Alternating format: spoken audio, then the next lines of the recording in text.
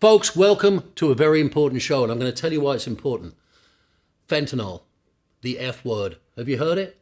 Yeah, it's everywhere. Now, guess what? It's in marijuana. It's in mushrooms. It's looking like candy. My wife, who I just talked to on the phone, is a social worker at a school. There's a 2-year-old who's brain dead right now. 3 days ago, the 2-year-old found a little baggie. It had cocaine and fentanyl in it. The kid's now brain dead. There are stories like this happening every minute of every single day. And as parents, we have got to educate our children. And I'm saying that having lost my eldest child. And that's why I'm here, because I don't want anybody else to lose a child. And being here doing this has helped me recover. But if you don't have a direction and you don't have any way of being positive, it can destroy not just the life of a loved one, but the lives of many people who are associated with that person, because it destroys them. They get depressed. They can't be positive. So my advice to anybody out there who has lost somebody is don't let it destroy you, but go out there and stand on the rooftops and say, we got a problem. We've got a huge problem, and it's called fentanyl, and it's killing young, old, everybody. And I've got 2 experts in the field, probably the number one place in the world who figured out a little bit about the human condition. And I've got with me Angie and Dan.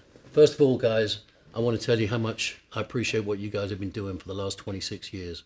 You've been trying to save lives. Yeah, Thank you. And I wish that I'd met you guys before, but this whole show is not about a pity party for me, okay? Because there's 58,000 people that died last year. So do the math. Let's just say 50,000, right? That's 100,000 parents. That's 400,000 grandparents. That's 400,000 people in grief. That doesn't include the friends, family, siblings. So maybe 1 million, 2 million people in America are living in grief because somebody died unnecessarily, people. And that's the point I want to try and make. It's unnecessary. And these 2 individuals know more about it than anybody that I've ever talked to. And please help me understand. You guys are on the ground. You own a rehabilitation center. Yeah. You see it all day long. Yeah. What is going on? It's going from bad to worse, and it's almost like nobody's talking about it. As you were saying, it's interesting when you were talking, my daughter is 23, and she said, Mom, just last year I had 6 friends overdose and die from fentanyl. Yeah. At 23 years old. Yeah. Like, I didn't have that quantity of friends dying. And it's not like they're hardcore users. It's not like they're, junkies in the street. These are Right. kids who think, I'm taking a Molly. I'm just, party drugs, they call them. They don't even realize that what they're taking is laced in the fentanyl, and they're dying. Well, I mean, we're pointing out a problem here, and folks at home, I'm pointing out the problem. There's a problem, okay? My son's dead. That's a problem. Yeah. But what we want to talk about today is a solution. Dan, what is a solution? Just give me some hope here. And for the people at home, please listen. This man knows what he's talking about. What can we do to stop our kids and grown-ups and all kinds of people dying, Dan? Well, I think you nailed it on the head. I think we have to start talking about it. We have to educate people. Look, I don't want to come across, we run a treatment center. We don't want to come across as the morality police. Like, we're not going to tell you just say no. We're not going to tell you don't smoke weed because it could be laced with fentanyl or whatever. People are going to make those choices. What we're trying to do is educate you that these drugs may be deadlier than you think. Yeah. Right? People don't realize this. They think they're doing a little bit of cocaine or something like that, or they're smoking a joint. They don't realize it's laced with fentanyl and it's deadly. Well, Dan, you shared a picture with me before we started shooting that I think, they say a picture says 1,000 words, people. Look at this picture. You see that? You see that on the end of that little piece of carbon? That's enough to kill you, right, Dan? Yeah, that's a pencil. Can you believe that? Can you believe that? That is a deadly dose of fentanyl. So if you can imagine that can be sprinkled in to any kinds of substances, think of how many people could die, which is why this is happening. Well, when I was growing up, I mean, heroin was a really bad word. Yeah. Heroin. It was like, Right. ooh, like, you big can one. smoke weed, do speed, do coke, do acid, do mushrooms, but you don't do heroin, right? Yeah. Guys, listen to this. This is a young man, Kai. And just listen to this. I'm going to talk about it when we come back. all of my core friend group throughout high school kind of started dabbling in heroin a little bit. It had quickly turned into, I need to like go and, do whatever it takes to get this drug. I ended up dropping out of college pretty quickly, was not able to maintain a job. I committed to myself, like, I'm going to do whatever it takes. I'm going to take this as far as it can go, and I'm going to build a better life for myself. Don't wait until things get that bad. Don't wait until you start losing people, or you start losing friends or anything like that. If you have the opportunity, if you have the chance to stop it now, and to do more with your life and to make something more of your life right now, then do it, because it doesn't lead anywhere. It doesn't lead anywhere good. Okay, so Kai said, I started off doing heroin. So he's not this guy, right, who just so happened to take a Molly that happened to have fentanyl in it. Right. Or he was intentionally using fentanyl, which is an education. I always thought it was just an accident somebody died. So kids are actually using a substance that's 50 times more powerful than heroin, that was developed in the medical industry. Right. So they didn't have to pump you full of morphine. You can actually, it started off, they had a fentanyl patch. Right. But it was a metered out. They knew what they were dealing with. Right. Right. And it was for end of life usually. Yeah. People at the very end of their life, when they were in such pain, they needed something. And that's Something why that's why it was developed. That's why it was developed. But now it is flooding across the border from Mexico. And this is a fact, people. I'm not a conspiracy theory guy, right? I believe 9/11 happened. I'm not quite sure about whether man landed on the moon, but I'm not a conspiracy guy, okay? Right. But there's a fact, because the cartels are pushing fentanyl across the border to America. Right. And then it goes from there, it spreads out. There's distribution channels. This goes all the way across the country very quickly. And I think what we don't realize as parents is how deep our kids are getting into this stuff, because our life was different when we grew up. Fentanyl I'd never heard of fentanyl until probably 3 or 4 years ago. Right. But what are some of the things that people can do to save their children's lives, assuming that their kids don't just simply abstain? Right. I would say this: education. Here's how it's being used. Here's it being laced in marijuana. Here, this Skittle. That's not a Skittle. That is actually fentanyl. I've seen like that. Education and statistics, because it isn't the same world that we grew up in. It's very dangerous nowadays because they don't even realize that they're taking it. Right. They think they're taking one thing. It ends up being laced in something else. Well, and I know from experience, right? Yeah. If you overdose and you die and you don't have oxygen going to your brain, Right. you've got literally between 3 and 5 minutes. Right. Well, guess what? The ambulance isn't going to be here in those 3 or 4 minutes. Right. So they have a thing called a narcopen. And you'd said there was a nasal one too, right? Narcan, yeah, exactly. Which can be bought. Where do you get that? You can get that at drugstores. CVS, I know specifically, can carry them over the counter. And you can, if someone is ODing, you can spray it into their nose. We carry this obviously at Elevate. And you can resuscitate somebody and save their life.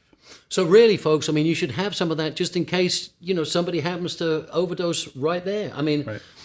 Can I tell you Yeah. a horror story about that? And this is why I 100% am behind that. So it was last year, it was spring break. My son is in college. Him and his friends decided to go to Florida for spring break. That's what you do. And a couple of us moms were on a text chain. They're like, oh my gosh, did you guys read the headlines? Have you talked to your son today? And we're like, oh my God, what do you mean? My son's in spring break. What happened? And what happened, and this was not our kids, thank gosh, but a couple of the kids got some cocaine party down there. They did it. They were overdosing. Their friends who were there with them, not partaking in that, see their friends on the ground overdosing. Oh my gosh, let me save my friend's life. Administer CPR. Let me bring them back. Now they've got respirated in their mouth. Now they're overdosing and dying. So they're even trying to help their friends and do the right thing and putting their own lives at risk. They all ended up overdosed at the hospital. A couple of them died. Most of them recovered. But so you can even be doing all the right things and still be in danger. And that's why if they had the Narcan there, they could have administered that without putting their own lives in danger. Yeah. Could you imagine trying to give mouth to mouth to save your friend's life and then you OD? Because as we showed, there's so little it takes to OD. Well, a friend of mine's a police officer, and he went to the scene. A guy passed out. The guy went to the hospital, and the police officer ended up overdosing on fentanyl just by catching it on his fingers. Right. Let me tell you a really crazy story. Right. So a friend of mine, her husband had cancer and he ended up passing away. And the lady who was looking after in hospice, she became very close with this lady. So after her husband passed away and he was taken away, and this is very sad, it was time to clean up the drugs. Okay, so you've got to be very careful with this stuff to get rid of it properly. Okay, so all of a sudden the nurse was obviously high. She was just high. And my friend, the brother and sister of the deceased, said, call the police. She said, no, I'm not calling the police. This is somebody who's helped me, take my husband to his grave. And so anyway, it turned out that she had been wearing rubber gloves for the entire cleanup process. And when she cleaned the instruments, she took the gloves off. That's where she absorbed the fentanyl. Wow. So she took her outside and put her in her car for 45 minutes, called her boss and said, your employee is high as a kite.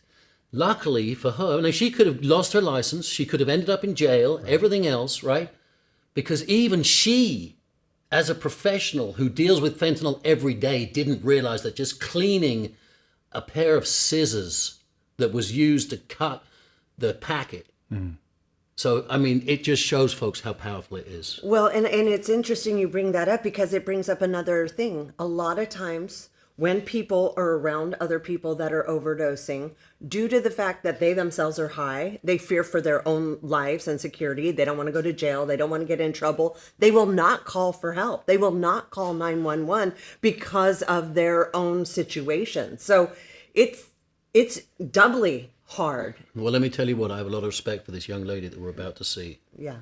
Because she was in exactly that situation. And she's going to tell the story herself. But yeah, she faced that moment. Right. Do I call 911 or not? And folks, that's how bad this disease is. Because you know that most of us obviously would save somebody's life if we could. But it brings you down to a level where it's almost passive suicide, right?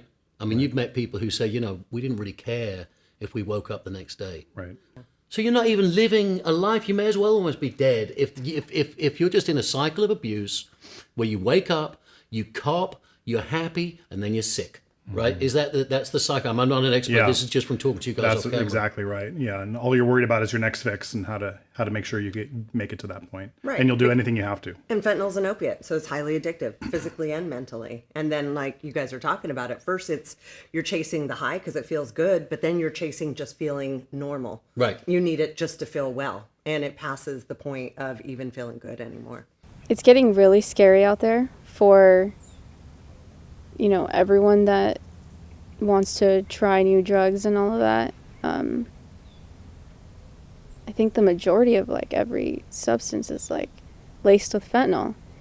And I always see on the news that kids younger than 18 are overdosing and passing away from this. And I've had a personal experience with some friend that I was hanging out with at the time. I wasn't clear on what I was sharing with him, and he took it and he overdosed in my hotel room. I was so afraid to call 911 because I was scared of getting in trouble myself, but I ended up calling 911 and that saved his life. Now we have Narcan. I didn't have it on me, but I used to carry it on me everywhere I went for that purpose of somebody finding me. I always let my mom know, it's here if you need to find it. If you find me, unconscious, it's right there. Don't be afraid to use it. I'm looking at you right now because you're watching this show and I'm telling you, get educated, okay? Because otherwise you get educated when it's too late, right? So make the choice now to get educated.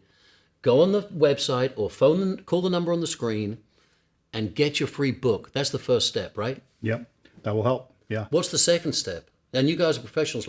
If you've got a kid who, my son wasn't a saint. What could I have done? I think at the end of the day, especially reading your book, I was angry with him. Mm-hmm. I was frustrated with him.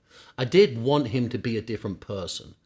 And he actually had passed away 2 years prior to him actually really passing away, and they narco-pinned him. And I reached a point where I said, you know what? I'm not going to judge you anymore. I just love you for who you are. And those were the best 2 years I had with him. Yeah. But then, I was second guessing myself, thinking, well, maybe I could have done more. Maybe I could have done more. But tell me this, and you guys know better than anybody else. Is it down to the individual who has the problem, right? Or can somebody else convince them to get better? Both. I would say both. There has to be a level of being willing, and a lot of people reach a pretty bad bottom, and so it makes them more prone to being willing. They're going to lose their family, they're going to go to prison, different things like that. Yeah. But a lot of times it takes an intervention, with professionals, or even just finding the right place and having them talk to the person and say, well, let's lay this out. It's not really harming your life. Let's look at your life. So a lot of times it's just talking to a professional or getting to the right people that can help them understand that what they're doing, although it doesn't seem like it's, the bottom, you've hit the bottom, it is still bad enough that you could benefit from help. Well, and Angie, you shared with me off camera earlier that you had a bout with addiction. Yeah. So, and Dan, you told me off camera too that most of the people that work at your facility have been through addiction. Absolutely. So it's like part of the education is I wasn't an addict, so I can't really give you all of that advice. Mm-hmm. But talk to a recovering addict, right? Yeah. And I don't care who you are or where you are in the country, there is help right there. HELP. Yeah. Right? I think the thing is when you talk to somebody who's been down that road before, the judgment and the shame and all that kind of stuff isn't present, because how can I judge you for doing heroin if I had done heroin myself, right? Right. So there's that there's that relationship where it's not sort of talking down to somebody. Yeah. And then they can sort of drop the BS and get real with each other and have a real honest conversation. And if you can't speak to your parent about this, right? Because look, I'm a parent, and we all have our expectations of what we want our kids to be, and they feel oftentimes that they're not living up to those expectations, and there's that guilt, and there's all these emotions and things like that. So they may not open up the same way as they would open up to a person they barely know, but they do know that this person is dealing with something that they're dealing with now. And so all of a sudden they'll listen. Right.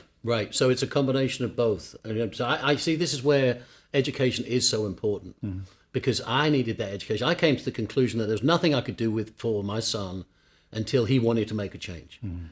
But I didn't know about you guys. I didn't know that there was this whole world of help out there. Now, he never asked for help. But we had professionals, though, supposed professionals, right? And it didn't work. Your modality works because you understand the human condition maybe more than most people. Right. Oftentimes, those professionals can be a doctor, or it can be a psychiatrist, or it can be a therapist or someone like that, but they don't have that personal experience. And I can't tell you how many people have come into the program and they said, I didn't want to be lectured by someone in a lab coat who has no idea what I'm going through. Right. They may have read about it in school, medical school or whatever, but if you haven't had that personal experience, it's hard to relate. And for a lot of these people, they don't want to hear what's wrong with them. They have this disorder or that disorder or something like that. They want to know that they're experiencing something that they're going through, and other people have overcome it too, and they can relate. Well, that's why your book makes so much sense, because 12-step, 12-step, 12-step, 12-step, 12-step. I mean, the success rate is not that high. Even in AA, that's the most successful modality that there is, apart from now I found out about you guys. And that was running maybe 10-15% success rate of people who regularly attended AA meetings. So, you showed me your report earlier from the third party that analyzes your results, and you're looking at maybe as high as 40% success rate. Is that right? Higher than that, actually. Well, folks, in this book that Dan wrote, that you can get for free right now, there is some amazing information. And one of the pieces that I want to ask you about, actually, you don't very often get to ask an author about the book. It's like asking an artist, like, why did you paint this picture? It's a great thing. But one of the questions I had to ask, you talk about that your program is not 12-step. Right. So what's up? Well, so I never resonated, and I don't think Angie ever resonated with the idea of being powerless. Right. And that's basically the first step of a 12-step program. And, I'm not saying 12-step hasn't worked for, tens of thousands, hundreds of thousands, maybe millions of people. Right. So we'll acknowledge that.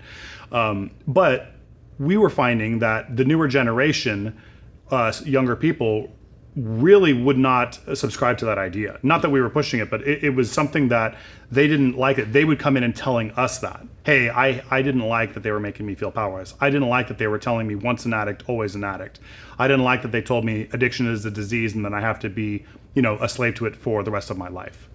So we don't believe any of that at Elevate. We're completely the opposite. We believe that you should be empowered to overcome all of your issues, addiction being one of them, and that you should discover for yourself what's meaningful in life and go tackle your purpose and tackle your dreams. Because you know what? When you're happy every day, when you wake up, you don't feel compelled to numb yourself with substances. I think that's what we need to learn as parents, is exactly the same thing, right? Like, we can't look at our child who's going through a hard time, who may blossom into an amazing individual like you, Angie. I mean, and Dan, you had some issues too, right? And I mean, me to a certain extent, I was involved in drugs. I was actually taking heroin at one point in my life. My dad took me to Florida, and luckily I got away. I got back. My buddy Pindy, he's on the run because he'd stolen money from so many people they want to kill him. And my buddy Nick's in rehab. And I got back. It was just a blessing. I was lucky. But I think that this is the same advice that you should give to a parent, right? Is accept your child for who they are. Right. Don't make them try and be something that they're not. Right. Which is very difficult as a parent because you want the best for your kid. I know, but that's not necessarily what the kid. You're just going to isolate that child more, and it's even more likely they're going to abuse. Right. Because that's not what they want to hear. Right. So we have to just tell our kids that you're beautiful, and that you've got such a huge future. And I guess the take home is this: analyze where your life is going. Right? Is it going in a positive direction? Is drinking a bottle of wine a day going in a positive direction? Is taking fentanyl okay? Right? Because people who take fentanyl obviously think it's okay. Otherwise, they wouldn't take it. Right. Is taking fentanyl okay? I mean, only if you're okay with playing Russian roulette. Like, you never know when that time could be, where that one time is it. You're done. Yeah. Or how about this? Getting drugs on the street. Right, you think you want to just do something that seems harmless, right? Some pot, right, or some cocaine or something like that. That you would think, okay, maybe it's bad, but it's not deadly. Yeah.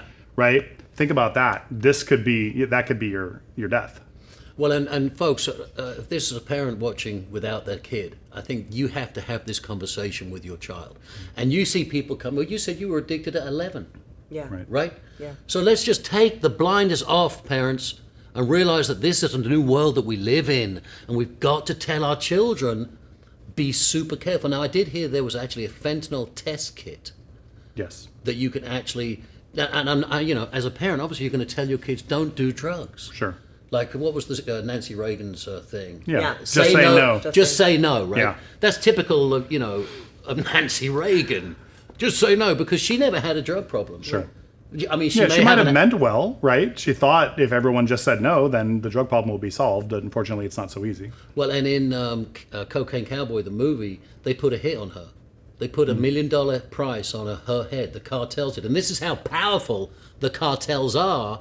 And this was, 25, 30 years ago. This before the cartels really got power, right? Right. They put a hit on her, and they interviewed in the movie the guy who was going to, he said, I would have hit her, got the $1 million, but I wouldn't have been able to get away with it.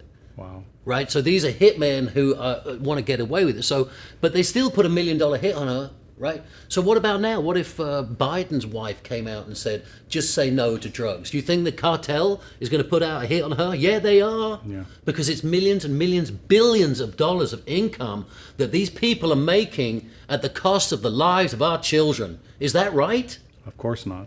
Okay. Yeah. So we need to say no, not to drugs, no to the cartels. No, we're not going to let you do this to our children because we're going to educate them and we're going to get educated. Well, and that brings up the point. Like, I don't think, I feel like a lot of parents wait because they're like, oh, my kid, they're too young. I don't want to have this conversation yet. I don't want to put the idea in their head. Right. But I think that's a big mistake that parents make because now they're getting their information from other kids at school and from the internet, let's face it. Yes. Right, and who have older siblings who are educating them. So I don't think it's ever too early to start having the conversation. You're not going to plant a seed that says you should do drugs. You're actually going to educate them on why they should never even take that first time and make that education come from you. Right. Because they're not getting it in the school systems. One of my friends whose child also died from fentanyl. She's a principal at a school, and she called me up. She said, hey, do you have information? We need it in the school to educate children on fentanyl. Right.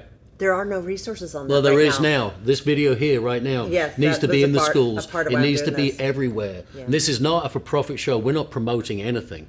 We're just promoting awareness, and we're trying to save lives. Let me tell you the education that my 5 children got when my eldest son died.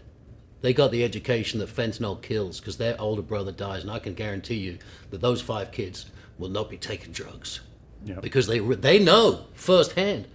But you don't have to have a sibling or a loved one die to figure this out. And that's what we're trying to say. It's like proactive medicine, right? You go get a CAT scan and figure out that you've got cancer so you don't die. This is the same thing. It's proactive education. The fentanyl test kit, the narco pin, the spray, these are all things that we can do. But I think you're right, Angie. I think the primary thing is education. Right. And I want to reiterate what Angie said. It's a young age. If you think your 10-year-old little innocent little girl, you don't want to expose her to the dangers of the big bad world. You want her to remain innocent Right. just a little while longer. You're doing a disservice. You have to just say, hey, there are people out there that are selling drugs that can kill you, and they don't care about your life. They're willing for you to die so that they can make more money, so that they can buy mansions and grow this big empire. And also, when you start talking to them about that, and you can say things like, and they'll say, "Oh, Daddy, I don't do drugs or anything like that." You could say, "But this may happen, and if it does, or you get exposed to it, I want you to be willing. You can come talk to me about it. Right. Even if you do it, you can come tell me about it. I don't want you to feel like you can't talk to me about it." My mom used to have this saying. She used to say, "There's never anything that you do that's so bad you can't tell me. Just always remember that." And I always had a really good relationship with my mom because I was willing to say anything to her, and she would reiterate that to me over and over and over. You can always talk to me about anything. It doesn't matter how bad it is. And that's the problem with addicts. They're not honest with anybody. Right. And these are the signs that parents need to recognize. Yeah. But the interesting thing is that the addict is not typically telling their parents, not necessarily because they're afraid to get caught, but there is some of that, but also they don't want to let their parents down. Right. They don't want to make their parents feel ashamed. They don't want their parents to feel like they did something wrong. Doesn't that just drive them closer and closer into substance abuse? Of course it does. It's a cycle, right? Right. But if if you can understand that your kid, who you're mad at and you're frustrated with because they're lying to you and they're lying to you, if you realize they may be lying to you to protect you because Right. they don't want to break your heart. See, that's what I think parents need to understand, that their kid may be doing things for reasons they don't understand. Right. So be willing to say, hey, I'm going to love you no matter what you tell me. It's like, I need to hear the truth from you. And the sooner you can get to that, the better. Because if they continue to feel ashamed and guilty, they're going to keep withdrawing and isolating. And yes, getting deeper and deeper into the addiction. Well, I mean, I was with my 13-year-old the other day with his buddy, and we go past an ATM machine, and they both started giggling. And I said, "What are you guys giggling about?" ATM. What, the ATM machine? They go, "No, ass to mouth." And I'm just trying to say that these kids today are on the internet, and they know way more than we think. We think they're a little 11-year-old kid. No, they know what ATM means. They know what DP means. They know all of these crazy things. I had no idea the words even existed. We've got a rap culture and other cultures talking about drug use openly, and that it's cool, and that it's hip, and that it's groovy. Well, it's not. It's fatal. The F word is what we're talking about, people here, and awareness of fentanyl has to be raised. And that's what we're doing right now. Yeah, I mean, and I would go on to say, again, it's more education. Like, I think, when you're explaining to your kids the harm, Yeah. it's not like the creepy guy in the van where it's like, okay, that's obviously, I'm going to avoid that. It's your friend who's like, "Oh, dude, look what I got off my brother today." It comes in a way that is not going to be perceived as dangerous to them. Right. And that's why they need to be educated, because they think they're having fun. They think it's cool. They got, just like we did when we were kids. When But I'm you saying got a hold there's of actually things. positive enforcement for this stuff. Sure. It's like gun violence. There's people who you can hear rap songs, and not just rap songs. I'm not trying to say just rap songs, but you can hear songs all day. "Take my Glock and load it and cap you in your." I mean, there's just a lot of pressure from all different places, especially on the internet, that it's cool and groovy to be a gangster. It's cool and groovy to be a thug. You know, and it's not. It's not. And you guys see people come through your program who come in like thugs, like gangsters, and come out. Tell me about a little bit about the joy that you guys have seeing people recover. Yeah. Well, I'll tell you, a lot of times these kids, I call them kids because, you know, they're 18, 19, 20, 21, 22, I call them kids. But they're using that persona to be cool or to be protected, to survive, right? If they're not tough, and they will get bullied, right? So this is their way of surviving.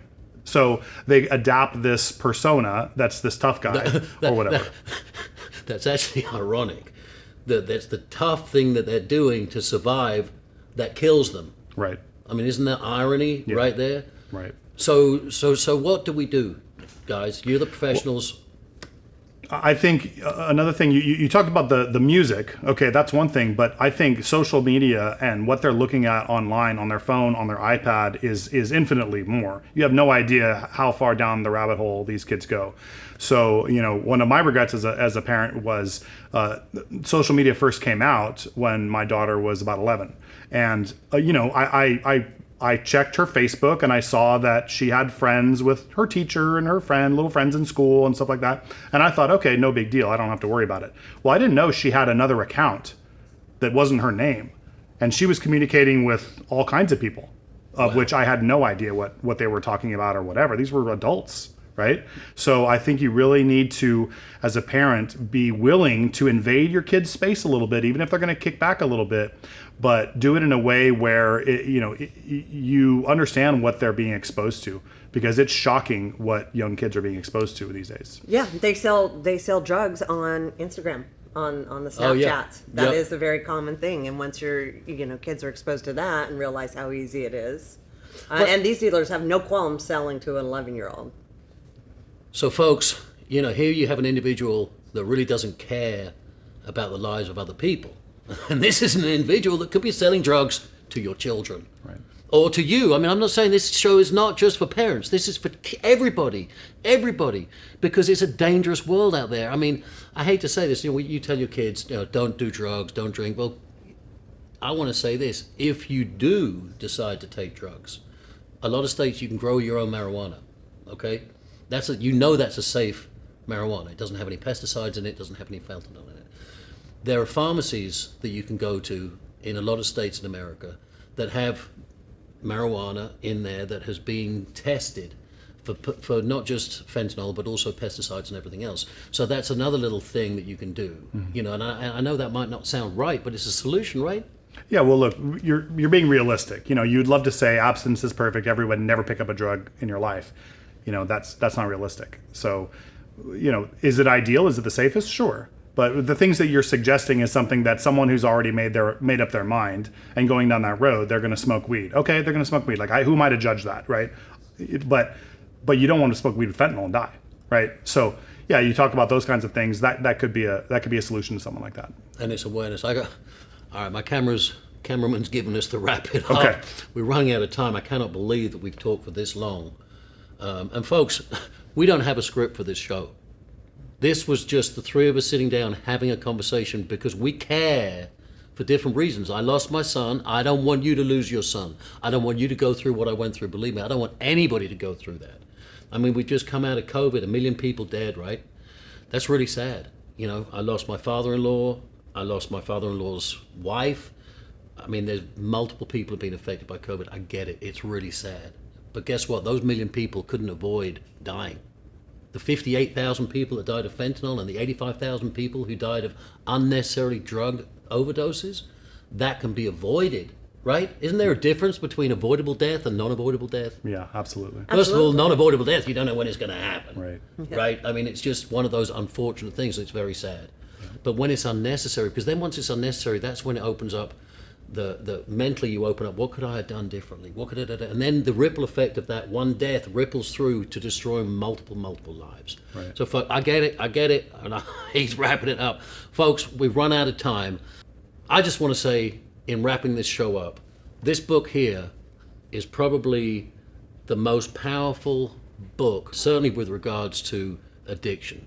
Dan, I want to just say that this is 26 years of work, and Angie, a lot of your input is in this book too, and you guys really have done something I think massively important. Thank you. And just so you know, I wrote it in a very direct, straightforward manner, and I wrote it for the average everyday person who knows nothing about the addiction treatment even I industry. understood it, right? I always say, if I can get it, anybody can, right?